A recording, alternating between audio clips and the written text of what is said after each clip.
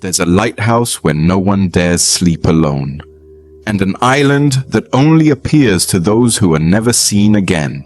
Why does Ireland's coast hold so many stories of vanishing islands, ghost ships, and voices that cry just before the sea takes someone?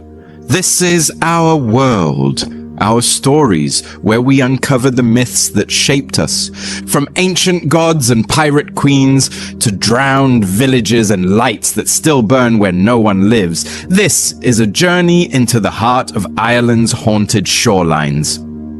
Listen closely. I'm about to tell you stories that the coast remembers, even if we've forgotten. Manannan, the phantom of sea and mist. They say the sea has no master, but long before the compass found its needle, before bells rang in stone towers, or men wrote of saints and kingdoms in vellum books, the people of the coast knew otherwise. They knew the name that traveled only on salt wind and whispered across tide pools. Manannán, the son of the sea. Not king, not god, not ghost, something older, something in between. He did not come in thunder or flame, but in the roll of fog over cliffs, in the glimmer of silver along the shallows at dawn, in the strange calm that descends just before the sea begins to churn.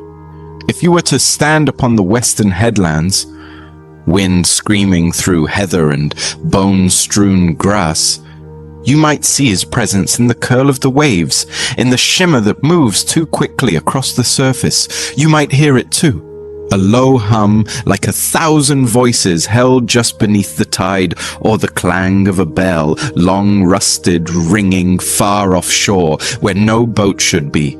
The old fishermen knew the signs.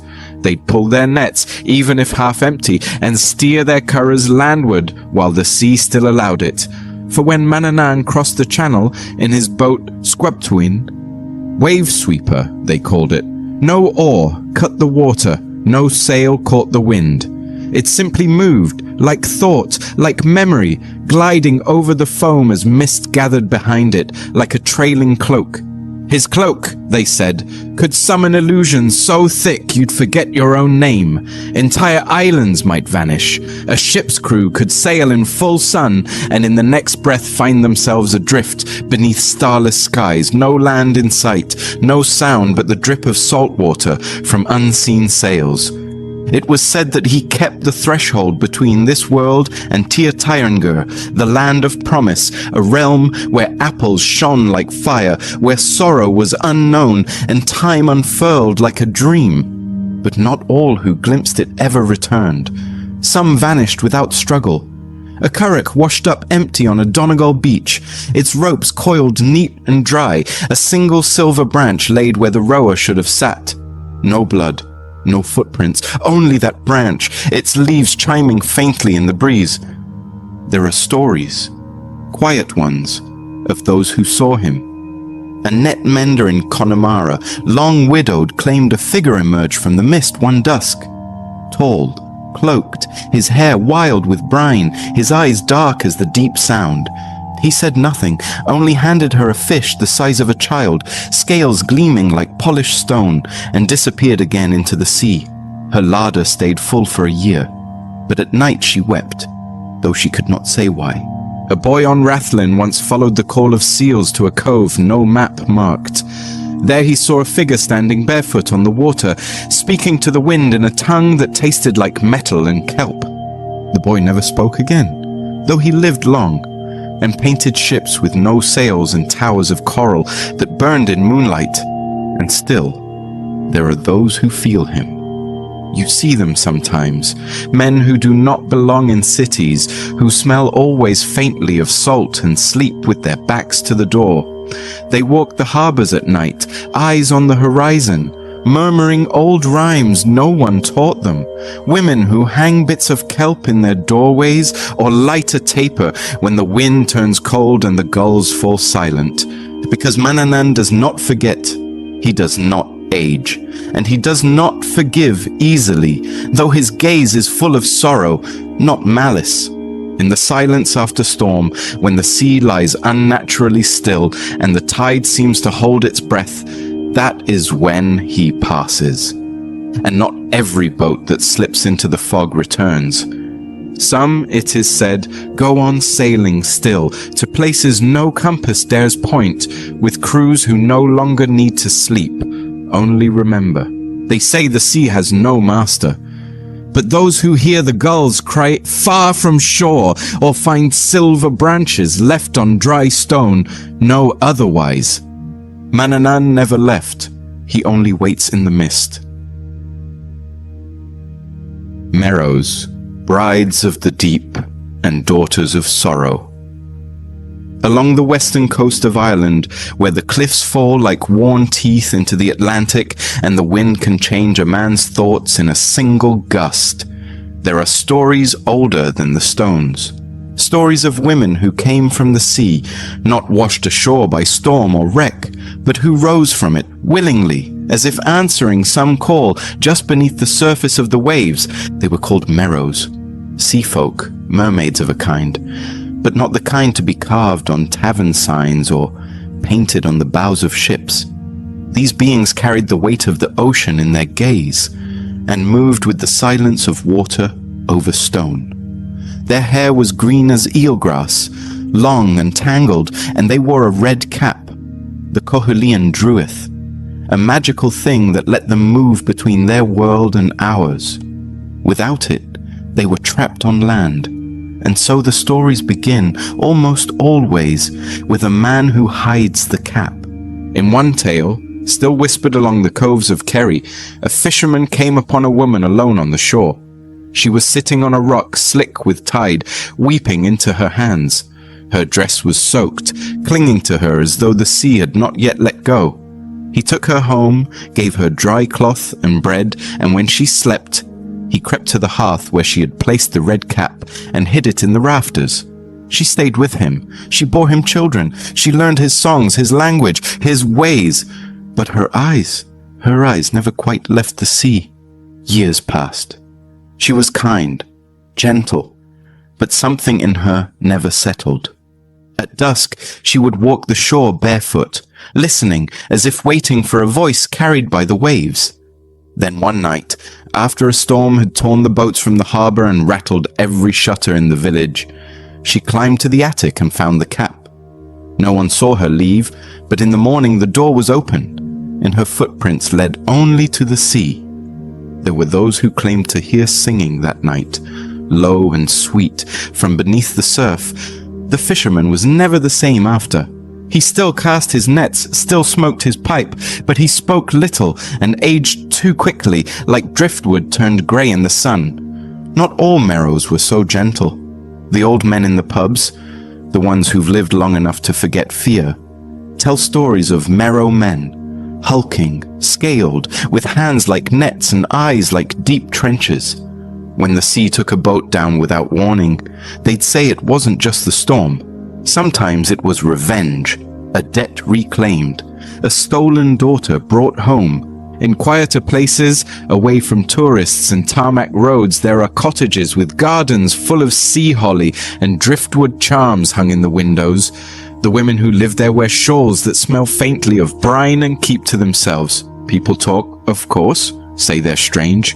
But seals gather in the bay when they walk the beach, and no one in those houses ever seems to age as quickly as they should. Some say the merrows have gone, faded like mist, swallowed by the modern world. But on nights when the fog presses against the windows and the tides pull harder than they should, there are still those who light a candle and leave a little salt by the door, just in case something comes walking up from the sea, looking for what was once hers. Grace O'Malley, the Pirate Queen, and her ghost-waked waters. There are stretches of the Irish coast where the land juts out like a defiant jaw, and the sea answers not with kindness, but respect. Along those wild edges, where the wind sings through stone towers and the rain comes in sideways, people still speak her name. Grain ni Mahaile, Grace O'Malley, the Pirate Queen of Connacht. She was born in a time when the world was changing fast, but the sea stayed the same, England had begun to set its eyes on Ireland's shores, carving borders, breaking clans, rewriting law with steel and parchment. But Grace, born of chieftains, raised in salt air, was not a woman who yielded. From a young age, she was said to have cut her hair short and climbed aboard her father's ships, refusing to be left behind when he sailed. They laughed at her at first, until she took the helm in a storm and brought the vessel home through wind that shredded sails and waves that broke lesser men. By the time she was grown, the sea was hers. Her fleet moved like shadows across Clew Bay. She taxed foreign ships, fought off rival clans, and boarded English vessels with a sword in one hand and a voice that could still the wind. She commanded with fury and cunning, and those who tried to tame her soon learned that Grace bowed to no man, not even the Queen of England. There's a tale, still told in whispers around the fire, of the time she sailed up the Thames herself, demanding audience with Elizabeth. She arrived not as subject, but as equal. Refused to bow, refused to speak English, refused to be searched.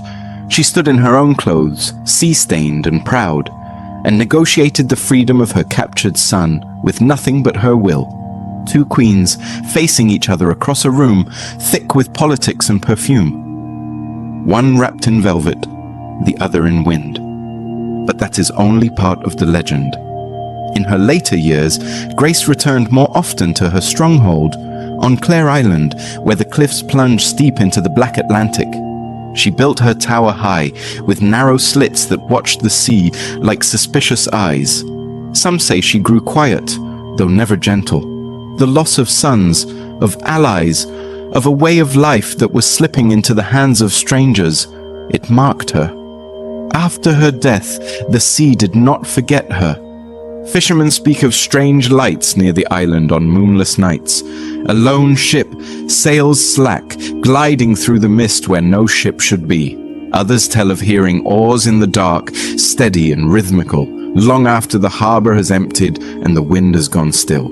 There's even talk of a woman standing at the ruined tower's edge during storms, her cloak snapping like a sail, her face turned toward England's coast.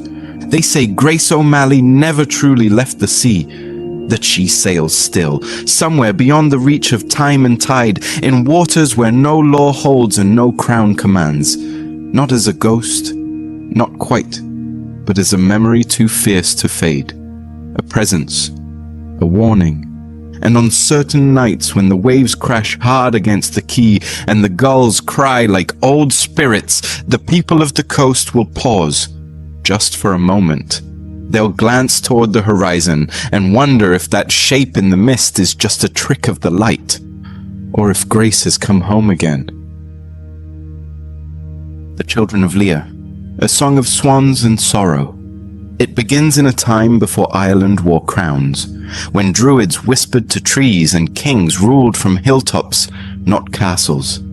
The land was younger then, its rivers untamed, its forests thick with silence and knowing. And among the many clans who held sway over this wild and holy island, none were as proud or as beloved as the House of Lear. Lord Lear was a nobleman of great renown, his hall standing near the still waters of Lough de Rivera. He had 4 children, Fionnuala, Iodai, and the twins Fiachra and Con, each born of a mother now lost to the earth. They say her passing dimmed the sun itself in Lear's eyes, though he remained a father most tender, a man whose heart beat not for power, but for the joy of his children's laughter echoing in the stone. To ease his sorrow and give the children a stepmother, Lear took another wife, Awife. But what began as alliance and healing soured swiftly. Awife, beautiful and proud, watched the children with eyes too sharp, too cold. Where once she smiled, soon she only stared. Jealousy rooted in her like brambles, twisting tighter each time Lear embraced his daughter, or tousled a son's hair. It is said Awife rode with them one morning into the woods, the path mist-draped, the air heavy with the hush of something waiting. When they reached the lake, she asked them to bathe, to play. Trusting, they went. And there, with a druid's stone and bitter spell, she spoke the words that would unmake them. They did not scream. There was no thunder, only a shimmer like heat over water. And where 4 children had stood, 4 white swans now floated, their feathers luminous, their eyes still human, still full of love and confusion. Oifer's curse was precise. 300 years on Lough Derravara, 300 more on the Sea of Moyle, and 300 on the waters of Inis Glora. A full 9 centuries of exile in feather and wind. She left them then. Not entirely heartless, perhaps, for she allowed them speech so they could sing. And sing they did. Those who lived near the lake would wake to music so sorrowful it stilled the blood. Songs of memory and yearning, of hearths lost and hands never again to be held. Fishermen wept in their boats. Mothers hushed their babes with lullabies learned from swan voices echoing across the water. When Lear learned of their fate, he rode to the lake's edge and called their names until his voice broke. Fionnuala came near, brushing her beak against his cheek, and told him the truth. He wept like a child, and from that day on visited them as often as he could, until time itself carried him away. Centuries passed, kingdoms rose and fell. The Tuatha De Danann faded into hollow hills, their power dimmed by the arrival of a new god, a new cross, a new kind of sorrow.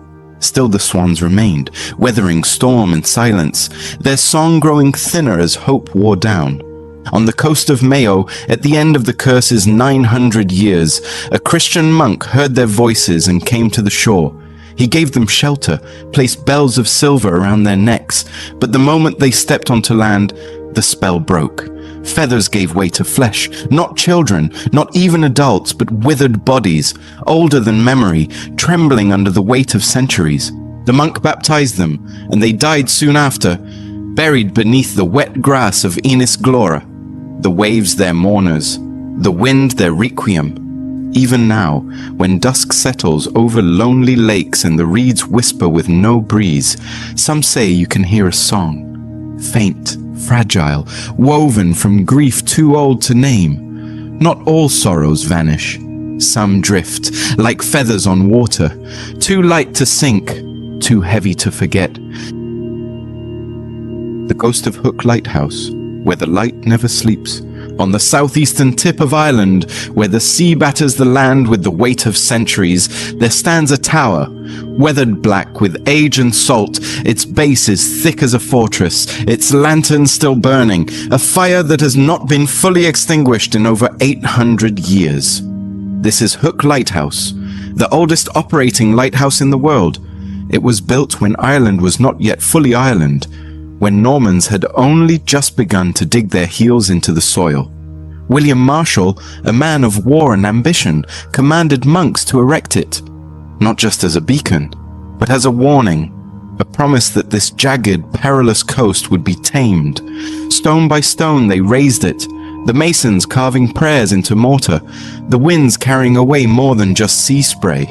But stones remember things men forget. The monks who tended the early fires, quiet, cloaked in wool, hands blackened by soot, told stories, not always in words. When the tides turned wrong, or the gulls flew inland too soon, they would mutter blessings beneath their breath, glance toward the spiral stairs with unease. Some said that one among them had fallen, or been pushed, from the tower's height. His body never recovered, only his sandals left on the rocks below. After that, strange things began. The flame would flicker, though the oil was full. Footsteps echoed on the stairs when no one climbed them. Cold air coiled down from above, even when the doors were shut tight. One novice fled in the middle of the night, never to return, muttering about a voice that spoke from the lens room. Not aloud, but behind his thoughts, urging him toward the edge. As centuries passed, the monks were replaced by keepers, and the keepers by modern light. But the stories did not stop. There's one tale, told with a kind of practiced quiet by those who've worked there in more recent years, of a woman on the evening tour who slipped away from the group near the top. She was found minutes later at the bottom of the stairwell, shaken but alive. She claimed she'd seen someone up there, an old man in a monk's robe, face hidden. hand outstretched as if to guide her forward. She'd followed, and then nothing, just falling. And then there are the lights. Not the great beam turning steadily toward the seer, but the smaller ones. Flickers in the lens chamber when no one is there, or glows seen from the mainland when the tower is supposed to be dark. Locals say they've seen a figure pacing along the gallery walk, just beneath the lantern, though the tower is locked and empty. Some blame memory, the imagination of those drawn to lonely places. Others speak more cautiously. They say the sea gives up very little that it takes, and the men who've lived too long with wind and stone grow used to listening for what isn't said. At Hook, the silence has a shape. It curves like the stairs, breathes like the tide. It watches. On storm nights when the sky is split and the foam climbs the rocks, the light cuts through the dark like an old wound reopened. And those who live nearby, especially the older ones, still draw the curtains tight. Not because they fear shipwrecks, but because they know that even a light can haunt. The tower stands, the fire burns, but not all who keep watch are living. The banshees of the coast cries before the drowning. There are places along Ireland's coastline where the cliffs lean too close to the edge of the world, and the sea below groans as though remembering every soul it has ever taken. The wind there doesn't howl, it keens. And in that keening, there are those who say you can hear a voice not quite human, a voice weeping for someone not yet lost. These are the haunts of the banshees, bean cedar, women of the otherworld, mourners of the old bloodlines, and heralds of death. Most think of them in connection with noble families, the ancient clans whose names are carved into the bones of the land. But in the coastal towns and fishing villages, their presence is older still, woven into the rhythm of the tides. The sea has always taken its due, and the banshee, some say, is not the cause, but the witness. The voice that rises just before the wave does. She does not appear like a spectre from a lantern tale. She is not bones, not a shrieking ghoul. She may be seen as a pale woman in a grey cloak, her hair long and silver as sea foam, brushing the rocks where the waves break hardest. Or she may crouch among the reeds, her face hidden, washing garments stained with blood not yet shed. The bean Nije, her sister in sorrow, bending over a death that hasn't happened yet. A fisherman from Clare once told the story of a night when the sea had turned glassy and strange, the gulls quiet, the horizon swallowed in fog. He heard crying, low and aching, from the dunes just beyond the tide line. He thought at first it was a child, lost or hurt, until he saw her. Sitting in the sand, rocking slowly, her face in her hands, he called out. She did not turn. Then came the cry again, long, broken, enough to freeze the marrow. By morning, a boat had failed to return. 3 men gone. No storm, no wreckage, just absence. There are rules, though no one writes them down. If you hear the banshee, but do not see her, it may yet be a stranger she mourns. But if she stands at your threshold, or wails beneath your window, then the death is already close, and there is no use running. She does not kill. She only knows. In some places, families leave offerings, a comb made of rowan wood, a bowl of milk, a braid of seaweed, little kindnesses for respect. They say she once was mortal, perhaps even divine, before sorrow made her eternal. Others believe she is kin to the Tuatha De Danann, diminished through time, cursed to serve grief forever. Whatever her origin, she walks between. Not alive, not dead, not cruel, not kind.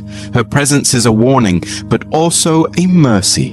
To be mourned, after all, is not the worst fate.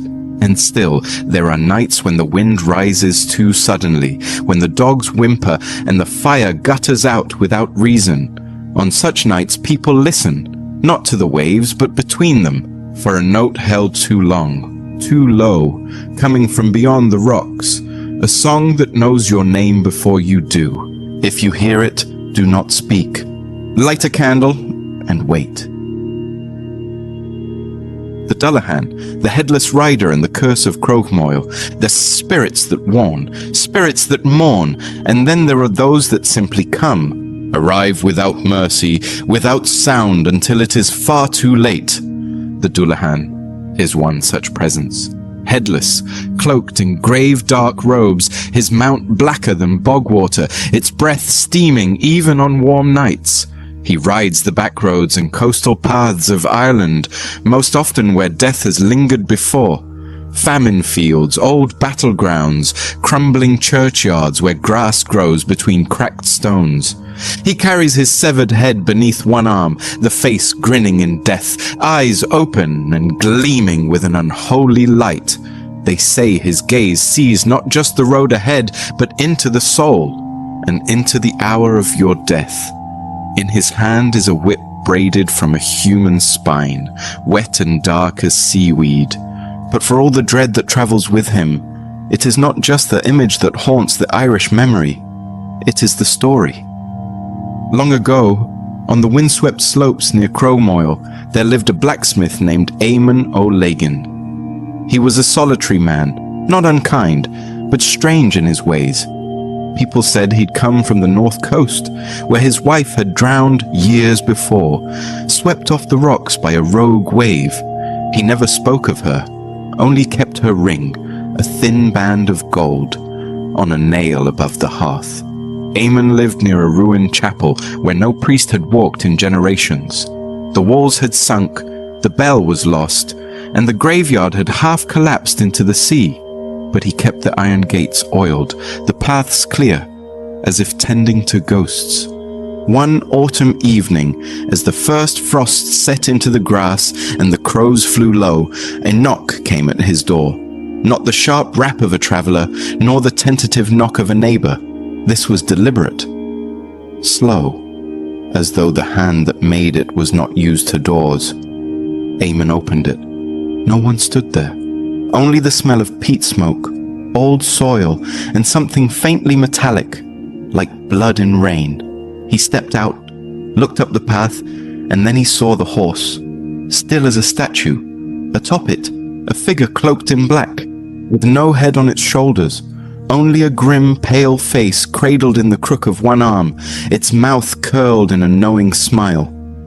The blacksmith did not flinch. Instead, he walked back inside, fetched the gold ring from the hearth, and returned to the door. He held it up, his hand steady. "I know what you are," he said, voice low, "but you'll not take me tonight." The Dullahan did not speak, not with its mouth. But the head's eyes narrowed. It reached forward, took the ring, and vanished. No wind, no thunder, just absence, cold and final. Eamon was never seen again. Some say he bought time, a single night's mercy. Others believe the Dullahan took him anyway, but left no trace out of respect or cunning. Yet there's another version, older, darker. It is said that Eamon's wife was taken not by wave or storm, but cursed, and that her soul wandered after death, unable to rest, that the blacksmith in his grief forged an iron talisman to hold back spirits, but when his own time came, it wasn't death who came for him, it was her, and the Dullahan only came to watch. To this day, on chill nights when fog clings to the hill and no birds fly overhead, travellers crossing Croagmoil speak of a hoofbeat echoing behind them. Just one. No gallop, just a steady pace. And if they turn, they see no horse, no rider, but they feel a weight in the air, and they remember the name. Dullahan. The one who names, the one who rides, and the one who never forgets. Hi Brazil, the vanishing isle beyond the mist. There are sailors who swear the sea has moods, and they're not wrong. Some days it is clear and sharp as broken glass, others soft and forgetful as sleep. But there are rare days, strange days, when the horizon seems to ripple, and land appears where none should be. That is when the stories of High Brazil begin, a place that should not exist, a name passed down in fear and longing, an island that appears once every 7 years, they say, west of the Irish coast, somewhere beyond sight but not beyond reach, if the sea allows it. Hey, Brazil. The name tastes like legend. Sometimes it is said to be a land of golden towers and perfect wisdom, untouched by sorrow or time. Other times, it is a trick. An island that fades when approached, leading ships in circles until they founder or vanish. But always, it is cloaked in mist, thick, unnatural, living, that parts only for those it chooses. There is one story, told by sailors in the pubs of Galway and along the piers of Donegal, about a man called Michael Rua, red-haired, rough-voiced, the kind of seaman who never feared the tide. He set out one summer when the sea was unnaturally still. The gulls had gone silent, and a warm fog rolled in, humming faintly like a forgotten hymn. For 2 days, he drifted without sight of sun or star. Then, just as he'd begun to wonder if he'd slipped into death without noticing, he saw it. An island, green and gold beneath the haze, low hills rolling like the back of a sleeping god. Towers in the distance gleaming, trees heavy with fruit he could not name. And on the shore, standing still as statues, were people, tall, cloaked, their faces serene and solemn. They did not wave, they simply watched. He did not land. Something in him, the old part, the ancient part, told him to stay aboard. The sea around the island was clear as glass, and yet no fish swam in it. The sails caught no wind. The air smelled not of salt, but of something sweet and old, like apples rotting in the sun, or parchment burned in a hearth. Then one of the figures raised a hand, just one, and the island began to fade. Not drift, not sink, but dissolve into the mist like breath on a mirror. Michael returned home 3 days later.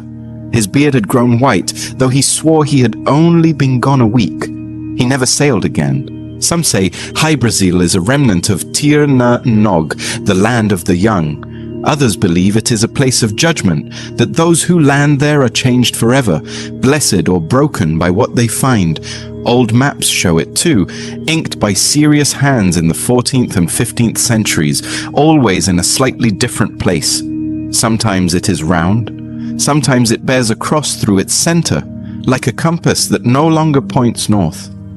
The island has not been seen in over a century, at least not by anyone who returned. But on nights when the fog moves in faster than it should, when the sea falls flat and the gulls vanish without warning, the older folk along the coast still peer westward, past the line of known world. And if you ask them about Hy-Brasil, they will not answer quickly. Some say it appears not to show you a place, but to remind you of something lost, a memory, a regret, a home that never was. So if you ever find yourself at sea and the air grows too still and land appears where your maps say there is none, do not call out, do not turn your boat, for if Hy-Brasil has shown itself to you, it is not by accident, and not all who see it return. Sunken cities and lost coastal villages, echoes beneath the waves. There are places along the Irish shore where the sea seems heavier than it should be. Not deeper, but weighted, as though bearing the memory of something it swallowed long ago. The coast is full of these silences, ruined churches half buried in sand, stone walls that trail off into the tide, roads that lead nowhere. And when the water is low and the wind is still, some say you can see shadows beneath the surface, outlines of villages, the dark shapes of rooftops, a bell tower leaning sideways like a drunkard in sleep. These are the drowned places, and every coast has one. Near Galway Bay, old fishermen still tell of Kilsteofean, a village that once sat close to the sea. Its people were known for their fine linens and their pride. Too proud, some said, for the favor they had been shown. For year after year, while the rest of the coast battled storms and hunger, Kilsteofean prospered. Their nets were always full, their harvests never failed, and their churches rang with gold bells imported from France. But with prosperity came forgetfulness of the old gods, of the pacts once made with the sea. One autumn night, as the villagers feasted and drank beneath lanterns strung between alder trees, a stranger arrived, cloaked, pale, with eyes like fish belly white. He walked through the revelers, saying nothing, until he stood before the church. Then he knocked, not once, not twice, but 3 times, and turned away. The laughter faltered. By dawn, the sea had risen, not in waves, but in silence, a tide that came without warning, without wind. It crept over the fields, down the roads, through the village square. No one had time to run. By the time the bells rang, they were ringing underwater. Only one family escaped, a shepherd who lived higher in the hills. His daughter claimed she dreamt of the flood 3 nights before and tried to warn them, but dreams were not listened to in Silstaiafan. Now, at spring tides, when the moon is heavy and the sea is calm, walkers on the shore sometimes hear bells beneath the surf. Thin, rusted music rising from somewhere too far down. Children speak of seeing lights flickering below the waves, like candlelit windows far beneath their feet. Once a net brought up a piece of carved wood. A pew, some said, still smelling faintly of myrrh and seawater. There are other stories of Tek Duin, the House of Don, a mythic island west of the Blasket Isles where the dead gather before crossing into the next world.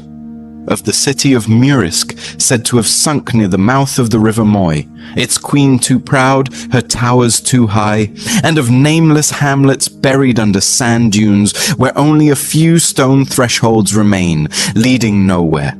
They say these places fell not just to sea, but to forgetting. The forgetting of the old ways, the breaking of ancient compacts with the land and the waters. But the sea remembers. The sea always remembers. And so, now and then, it gives a glimpse. A rooftop in the shallows, a child's shoe wedged in coral, the faint sound of footsteps beneath the tide. Just enough to remind us, not all that is lost is gone. Some things drift just beneath the surface, waiting to be seen again, or perhaps waiting to pull something else down beside them. The Flying Dutchman. Ghost ships off the Irish coast. There are those who say the sea has no memory, that it moves ever forward, wave after wave, without past, without sorrow. They are wrong. The sea remembers everything, and sometimes it shows you what it cannot forget.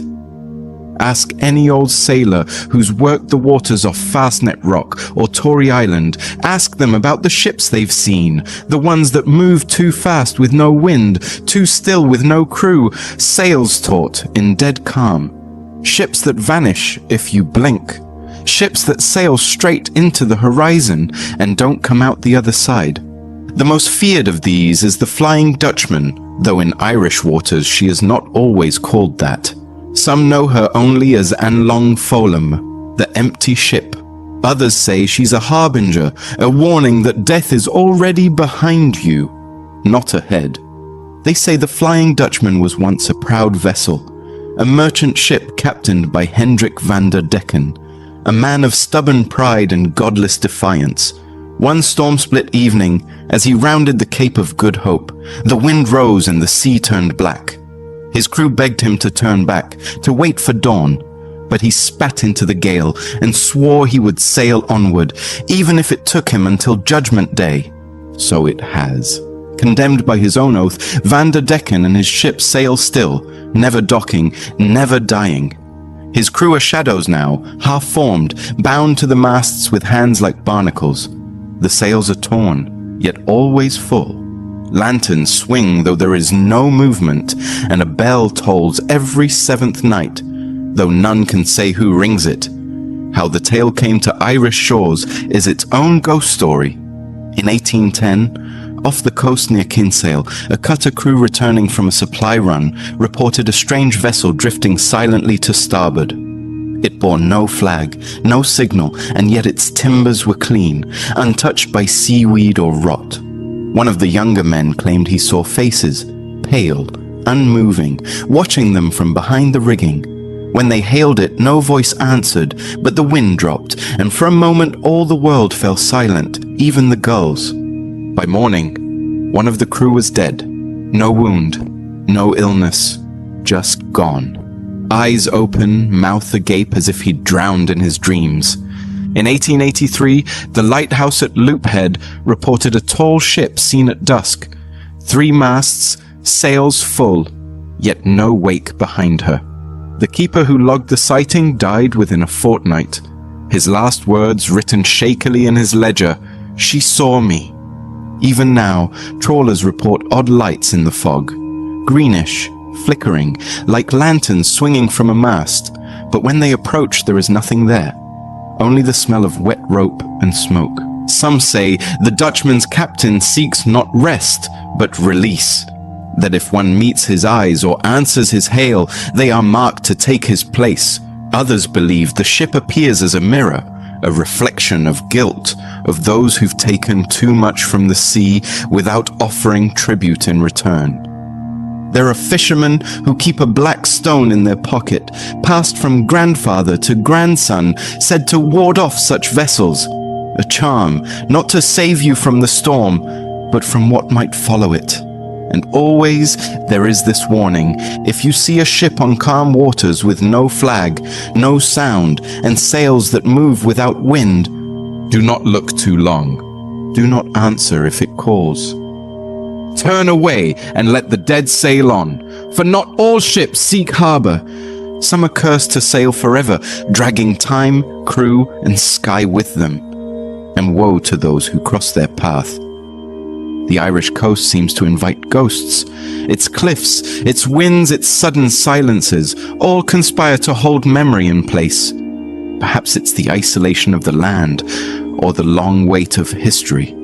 For centuries, Ireland has lived with loss of language, of sovereignty, of names passed down by voice rather than written record. Stories here were not filed in books. They were carried in weather, whispered at doorways, left out with the salt. The people who lived near the sea knew it intimately.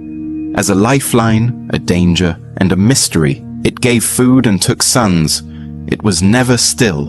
And so, it made sense that things might come out of it, or vanish into it, without explanation. Folklore became a way of understanding what couldn't be said plainly. Grief, exile, transformation, the passage of time. These aren't just ghost stories. They are echoes of how a place teaches people to remember. The supernatural becomes natural when the world itself is always shifting. When land crumbles into water, when islands vanish, when a single cry on the wind can sound too much like a name you once knew. In the end, these legends endure not just because they scare us, but because they speak to something deeper. That longing for what's gone, and that strange human hope that some part of it might still return. Subscribe to follow the next stories as they surface, one tide, one legend at a time. The world keeps its secrets. The stories we tell bring them back.